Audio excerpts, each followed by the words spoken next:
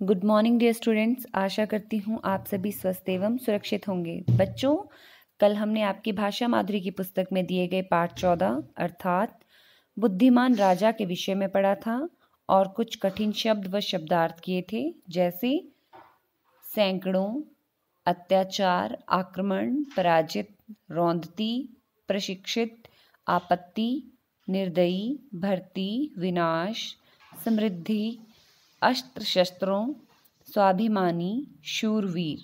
और कुछ शब्दार्थ हैं कूच, युद्ध के लिए जाना, प्रशिक्षित, किसी कार्य को सीखा हुआ। आज हम इस पाठ के अंत में दिए गए प्रश्न उत्तर करेंगे जो इस कहानी में से ही हैं। पहला प्रश्न है, चीन का राजा भारत जाने की दिशा और रास्ता क्यों जानना चाहता था? इसका उत्तर आप लिखेंगे, चीन का राजा भारत जाने की दिशा और रास्ता इसलिए जानना चाहता था क्योंकि उसने एक पराजित राजा से भारत के कलिंग प्रदेश की समृद्धि के विषय में सुना था, अतः वह भारत पर आक्रमण करके वहां अधिकार करना चाहता था। ये आप पहले प्रश्न का उत्तर लिखेंगे। अगला प्रश्न है, चीन के राजा ने सैनिकों की भर्ती क्यों शुरू कर दी? आप सभी जानते हैं क्योंकि वह अपने राज्य का विस्तार करना चाहता। तो आप लिखेंगे, चीन के राजा ने सैनिकों की भर्ती इसलिए शुरू कर दी थी क्योंकि उसके महामंत्री की सलाह अनुसार वह अपने राज्य का विस्तार करना चाहता था।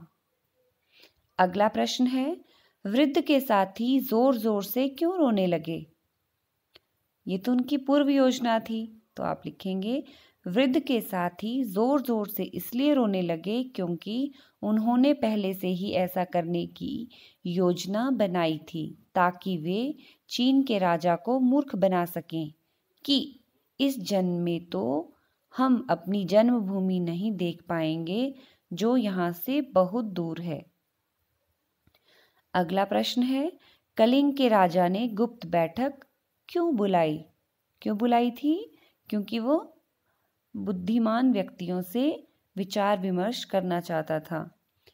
कलिंग के राजा को जब चीन द्वारा किए जाने वाले आक्रमण की जानकारी मिली तो उसने अपने राज्य को तहस नहस होने से बचाने के लिए बुद्धिमान व्यक्तियों की एक गुप्त बैठक बुलाई।